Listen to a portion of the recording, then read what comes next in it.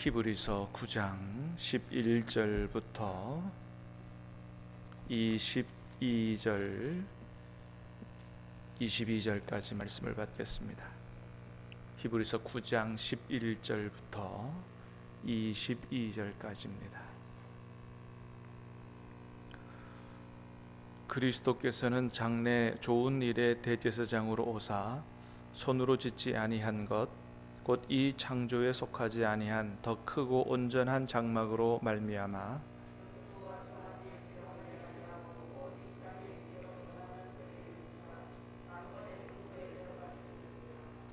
염소와 황소의 피와 및 암송아지의 죄를 부정한 자에게 뿌려 그 육체를 정결하게 하여 거룩하게 하거든.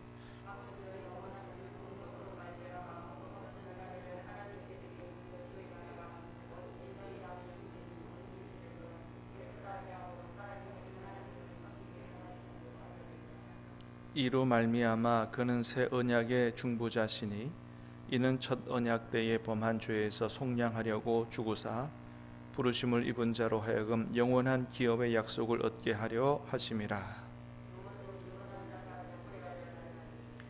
유언은 그 사람이 죽은 후에야 유효한즉 유언한 자가 살아있는 동안에는 효력이 없느니라. 모세가 율법대로 모든 계명을 온 백성에게 말한 후에 송아지와 염소의 피 및 물과 붉은 양털과 우슬초를 취하여 그 두루마리와 온 백성에게 뿌리며 또한 이와 같이 피를 장막과 섬기는 일에 쓰는 모든 그릇에 뿌렸느니라. 율법을 따라 거의 모든 물건이 피로써 정결하게 되나니 피 흘림이 없은즉 사함이 없느니라. 아멘.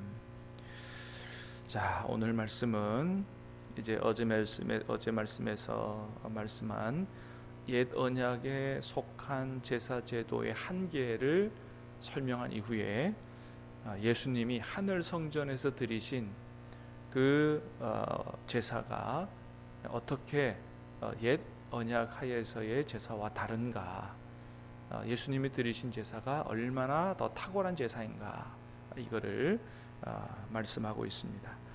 자, 11절 12절 말씀을 보겠습니다. 시작. 그리스도께서는 장래 좋은 일의 대제사장으로 오사 손으로 짓지 아니한 것 곧 이 창조에 속하지 아니한 더 크고 온전한 장막으로 말미암아 염소와 송아지의 피로 하지 아니하고 오직 자기의 피로 영원한 속죄를 이루사 단번에 성소에 들어가셨느니라. 아멘. 자, 예수님이 드리신 하늘 성전에서 드리신 제사가 이 땅에서 레위 자손의 아론 자손의 제사장들이 드린 제사와 어떻게 다르냐. 자, 11절에서는 그랬어요.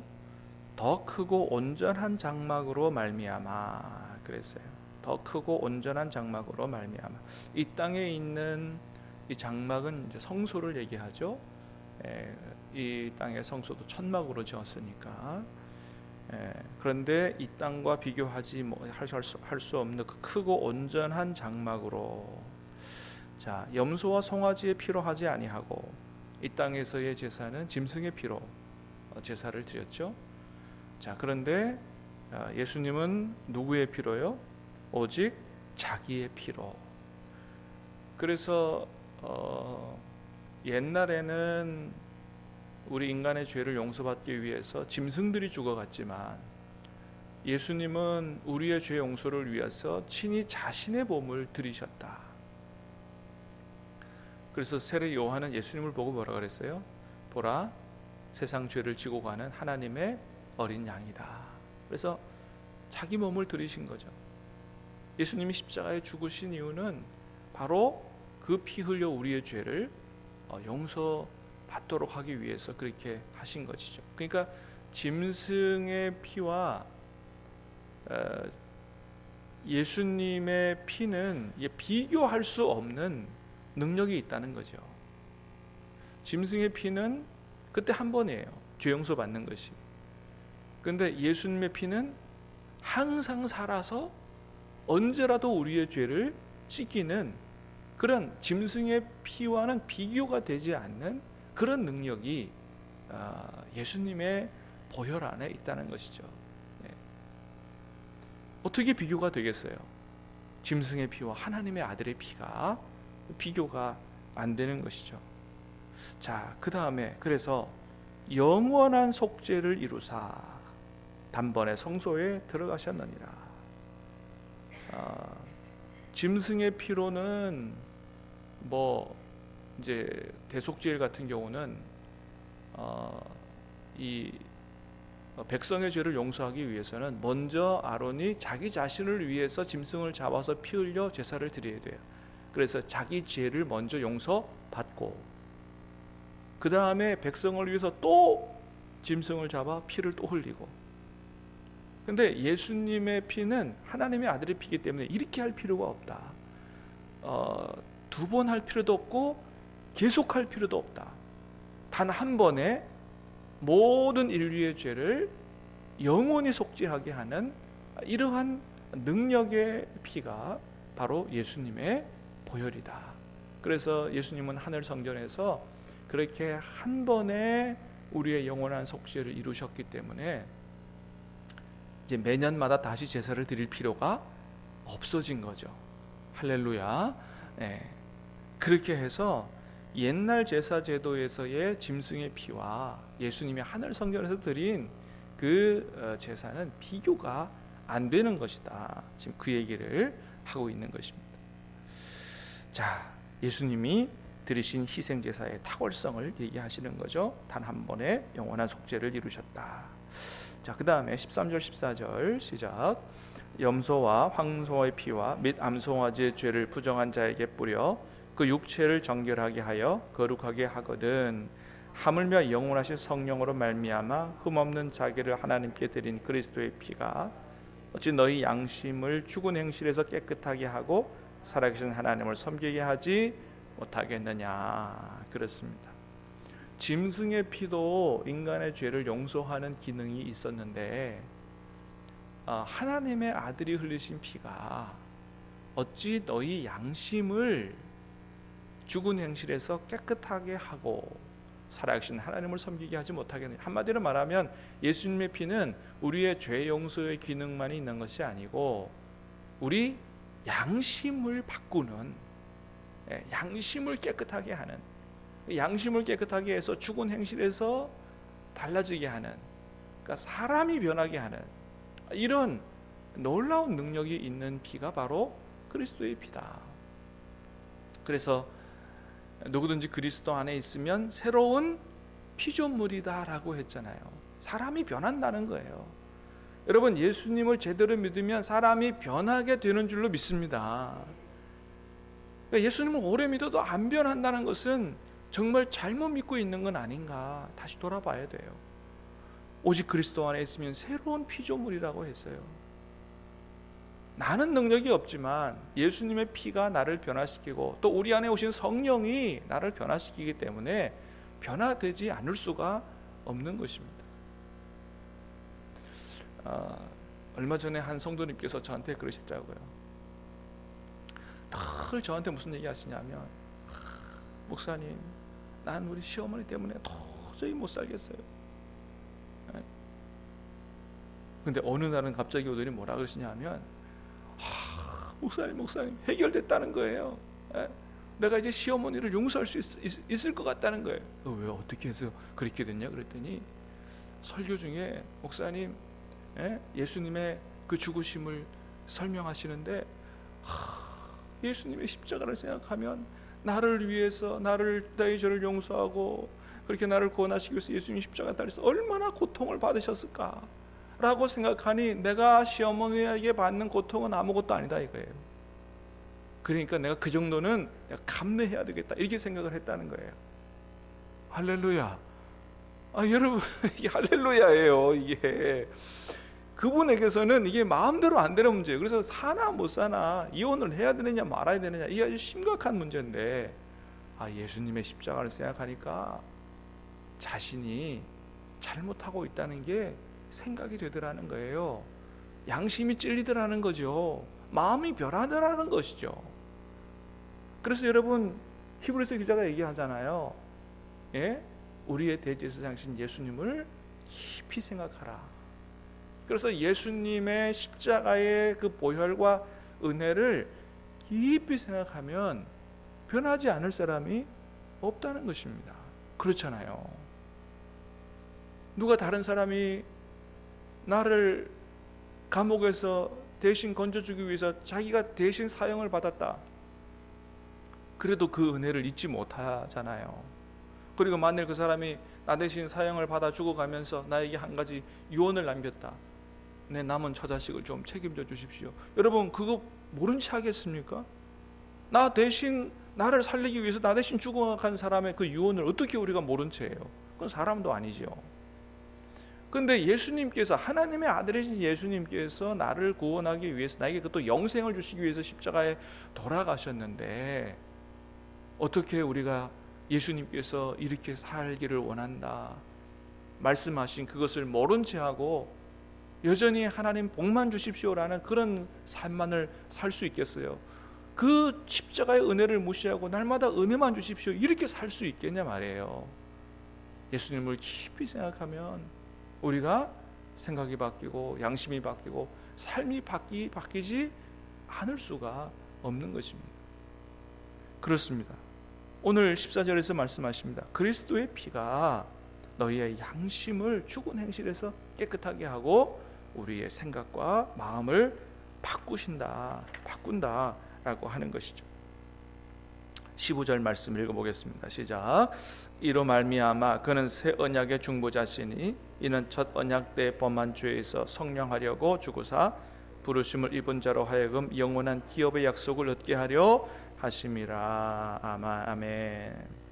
자, 이로 말미암아 그는 새 언약의 중보자시니.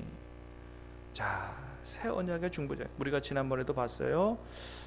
하나님께서 옛 언약으로, 시내산 언약으로 세우신 이스라엘이 멸망할 때 하나님께서 새 언약을 세우시겠다. 그리고는 이제는 아예 하나님의 말씀을 그들의 마음밭에 마음에 새기고 새 마음을 주고, 굳은 마음이 아니고 부드러운 마음, 하나님의 말씀을 들을 때 정말 사모하는 마음으로 아멘으로 받고, 그 다음에 성령의 인도를 따라서 말씀을 따라 순종해 살 수 있는 이런 진짜 하나님의 백성들을 만들겠다.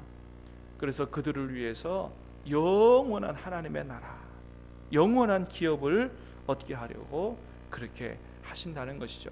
여러분, 예수님 안에 있는 저와 여러분들이 영원한 하나님의 나라를 약속받은 새 언약의 백성인 줄로 믿습니다. 그래서 천국에 들어간다는 확신뿐만 아니고 새 언약의 백성들은 어떤 모습으로 살아가는 백성들이라고요? 새 마음을 가진 사람들이다. 굳은 마음이 아니고 하나님을 향하여 활짝 열린 마음을 가지고 하나님의 말씀을 내 마음에 새기고 내 안에서 성령의 인도를 따라서 그렇게 주님과 함께 친밀하게 교제하며 살아가는 이런, 그래서 하나님의 뜻을 행할 수 있는, 그래서 세상에서는 빛과 소금이 될 수 있는, 하나님께 영광이 되는, 많은 사람들에게는 어떻게 당신은 그렇게 살 수 있느냐고 그렇게 물어올 수 있는, 하나님의 살아계심을 그대로 보여줄 수 있는, 그래서 축복의 통로가 되는, 영적으로 제사장으로 살아갈 수 있는 이런 사람들. 여러분, 얼마나 그러니까 예수님 믿는 게, 예수님을 제대로 믿으면 얼마나 매력적인 사람이 되고 얼마나 멋진 사람이 돼요. 세상 사람들이 볼 때 나도 좀 저렇게 살고 싶다, 그렇게 좀 매력적인 우리 크리스찬들이 다 될 수 있게 되기를 주님의 이름으로 축복합니다. 그러면 전도가 좀 제대로 되지 않겠어요? 저절로 나도 당신처럼 살고 싶다고. 하나님이 얼마나 그렇게 우리가 살기를 기뻐하시겠어요? 자, 16절 17절 시작. 유언은 유언한 자가 죽어야 되나니 유언은 그 사람이 죽은 후에야 유효한즉 유언한 자가 살아있는 동안에는 효력이 없느니라. 자, 유언은 유언한 자가 죽어야 되지요. 유언은 그 사람이 죽은 후에야 유효하다. 살아있는 동안에는 효력이 없다. 자, 예수님이 십자가에 죽으신 이유를 어떻게 설명하냐 하면, 예수님이 살아계실 때 우리에게 천국을 약속하셨습니다. 요한복음 14장에도 그랬어요. 제자들에게 너희 마음에 두려워하지 말라. 하나님을 믿으니 또 나를 믿으라. 내가 너희를 위해서 거처를 예비하러 가노니 거처를 예비하며 내가 다시 와서 너희를 나 있는 곳에 있게 하리라. 할렐루야. 그 영원한 하나님의 나라에 대한 약속이 그것이 유언이 되고 이루어지려면 어떻게 해야 돼요? 예수님이 죽으셔야 되잖아요. 그러니까 예수님이 십자가에 죽으셨잖아요. 그렇기 때문에 예수님이 살아계실 때 하셨던 것은 유언이 되고 그것은 확실히 이루어질 것이다 라고 말씀하시는 거죠. 뿐만 아니고 죽으신 것만이 아니고 어떻게 하셨어요? 3일 만에 부활하심으로 우리가 다시 죽음의 권세를 깨뜨리고 부활한다는 사실을 보여주시고 주님과 함께 영원한 하나님의 나라에서 살게 될 줄로 믿습니다. 그래 이제 어제 우리 아파트 나가서 유 목사님과 함께 한 1시간 정도 이렇게 전도를 했는데 뭐 그때 뭐 어떻게 할 수 있겠어요? 생수하고 마스크 해서 전달해주고 덕담을 하고 그렇게 했는데 그런 생각이 들죠. 이 중에는 진짜 예수님을 모르는 사람들이 있잖아요. 예수님 모르면 여러분 나중에 어떻게 되겠어요? 세상 떠날 때 어디로 가겠어요? 여러분 예수님 모르면 무슨 소망을 가지고 살겠어요? 언제 내가 세상을 떠날지도 모르는데 저는 어렸을 때부터 제 주변에 있는 사람들이 하도 많이 죽어서 어렸을 때부터 그 생각을 했어요. 이렇게 사람이 어느 날 갑자기 세상을 떠나면 열심히 밤낮 공부하는 게 무슨 소용이 있느냐. 어느 날 가보니까 초등학교 친구가 영안실에 누워있어요. 중학교 3학년 되니까 아버지가 갑자기 세상을 떠나셨어요. 고등학교 때 앞에 강단에서 가르치시는 독일어 선생님 2분이나 한 분은 갑자기 심장마비로 그날 밤에 떠나시고 어제까지 인사하고 선생님 내일 봬요 했는데 그 다음날 안 나오신 거예요. 또 한 분은 오토바이 사고로 세상을 떠나시고 그러니 그렇게 죽음이 늘 앞에 가까이 있는데 공부를 그렇게 열심히 하고 세상에 출세하면 무슨 소용이 있어요? 하나님께서 영생에 대해서 생각하지 않을 수 없도록 그렇게 하시고 예수님을 자연스럽게 믿도록 그렇게 인도하신 것이죠. 여러분 예수님 믿는 것은 세상에서 가장 복받은 것인 줄로 믿습니다. 영생에 대한 소망, 이 땅에 살아가는 이 모든 것들이 다 진짜 복은 예수님 안에 있다. 이 예수님을 부끄러워하지 않고 자랑스럽게 생각하고 전해 줄 수 있게 되기를 주님의 이름으로 축복합니다. 마지막 18절부터 22절까지 시작. 이러므로 첫 언약도 피 없이 세운 것이 아니니 모세가 율법대로 모든 계명을 말한 후에 송아지와 염소의 피 및 물과 붉은 양털과 우슬초를 취하여 그 두루마리와 온 백성에게 뿌리며 이르되 이는 하나님이 너희에게 명하신 언약의 피라 하고 또한 이와 같이 피를 장막과 섬기는 일에 쓰는 모든 그릇에 뿌렸느니라. 율법을 따라 거의 모든 물건이 피로써 정결하게 되나니 피 흘림이 없은즉 사함이 없느니라. 아멘. 그렇습니다. 피 흘림이 없은즉 사함이 없느니라. 예수님이 십자가에 돌아가신 이유가 바로 우리의 죄를 정결하게 하고 그 다음에 우리 양심을 살려서 정말로 하나님, 살아계신 하나님을 바르게 섬기게 하기 위해서 돌아가셨다. 예수님의 십자가를 오늘 이 아침도 깊이 묵상하면서 우리에게 주신 그 놀라운 은혜, 또 우리를 구원하신 그 목적을 깨달아 알고 주님 안에서 온전히 변화된 삶으로 하나님께 영광이 되는 삶으로 살아갈 수 있게 되기를 주님의 이름으로 축복합니다. 기도하겠습니다. 은혜로우신 주님 감사합니다. 오늘 이 아침에도 말씀을 통해서 우리 주님께서 십자가에서 우리의 죄를 위해서 하나님 앞에 희생 제물로 드리신 이 놀라운 하늘 성전에서의 제사가 우리에게 얼마나 놀라운 축복을 가져다 주는가 다시 한번 깨닫게 하시니 감사합니다. 영원한 하나님의 나라뿐만 아니고 우리의 양심을 새롭게 하고 삶을 바꾸고 우리를 진정한 하나님 나라 백성으로 살아갈 수 있도록 하나님 그렇게 우리를 변화시키는 능력이 있다고 말씀하셨사오니 우리 모든 신함교회 성도님들이 주님의 십자가를 깊이 묵상하고 그 놀라운 은혜를 깨달아 알고 우리의 양심과 마음과 모든 삶이 변화됨으로 하나님께 영광이 되는 그런 삶을 살아갈 수 있도록 도와주시옵소서. 오늘 하루의 모든 삶을 주님께 의탁합니다. 예수님 이름으로 기도하옵나이다. 아멘.